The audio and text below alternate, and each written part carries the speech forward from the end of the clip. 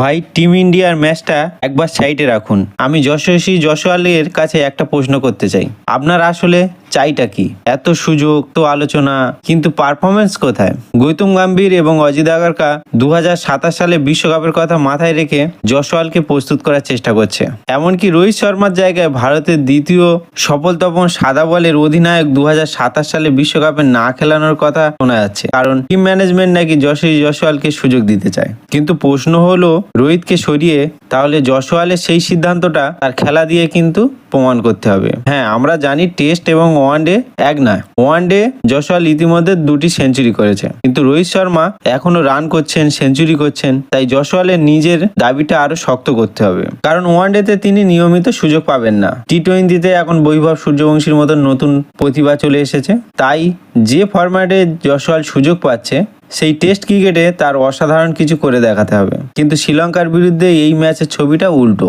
প্রথম ইনিংসে ব্যর্থ হওয়ার পর দ্বিতীয় ইনিংসে জয়সওয়ালের রান না করেই আউট হয়ে গেলেন। অথচ পরিস্থিতি এমন, যেখানে ভারত খুব তাড়াতাড়ি রান দরকার ছিল।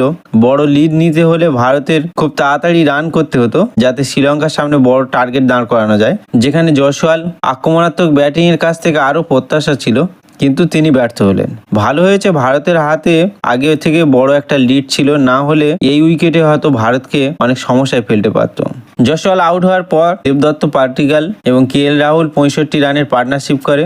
একটা সময় রাহুল আউট হয়ে চলে যাচ্ছিলেন, কিন্তু পাটিকাল DRS নিতে বলেন এবং সেখানে রাহুল নট আউট হয়। পাটিকাল করেন 44 রান, যদিও শুভমান গিল 8 রানে আউট হয়ে যান।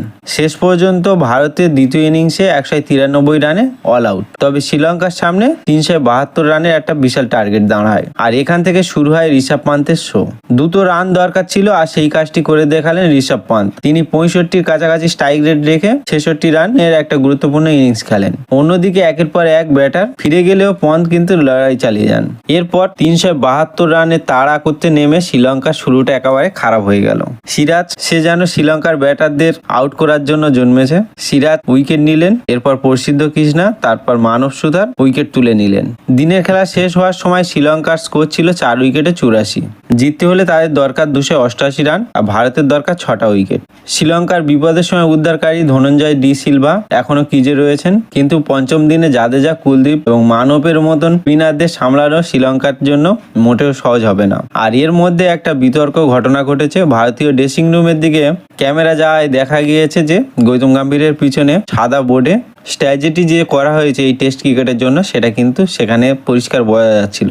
এটা যদিও সত্যি পরিষ্কারভাবে ক্যামেরাম্যান ধরা পড়ে থাকে, তাহলে বিষয়টা কিন্তু অবশ্য চিন্তার, কারণ কোনো দলের গোপন পরিকল্পনা যদি বিপক্ষ দলের পৌঁছে যায়, তাহলে তারা সুবিধা নিতে পারে। তবে শ্রীলঙ্কা সেই পরিকল্পনা দেখে খুব একটা বেশি লাভ করতে পারেনি। দিনের শেষে স্কোর অন্তত সেটাই বলছে। এখন প্রশ্ন হলো জয়সওয়ালকে নিয়ে। 2027 বিশ্বকাপের আগে তাকে দেখতে চাইলে তাকে শুধু প্রতিভা দিয়ে না, তার পারফরমেন্স দিয়েও নিজের জায়গা তৈরি করতে হবে। রোহিত শর্মার মতন একজন অভিজ্ঞ ক্রিকেটারকে সরিয়ে তার সেই জায়গায় আসা কিন্তু মোটে সহজ ব্যাপার না। তাই জয়সওয়ালের সামনে একটা বড় রাস্তা, ব্যাট হাতে জবাব দেয়া।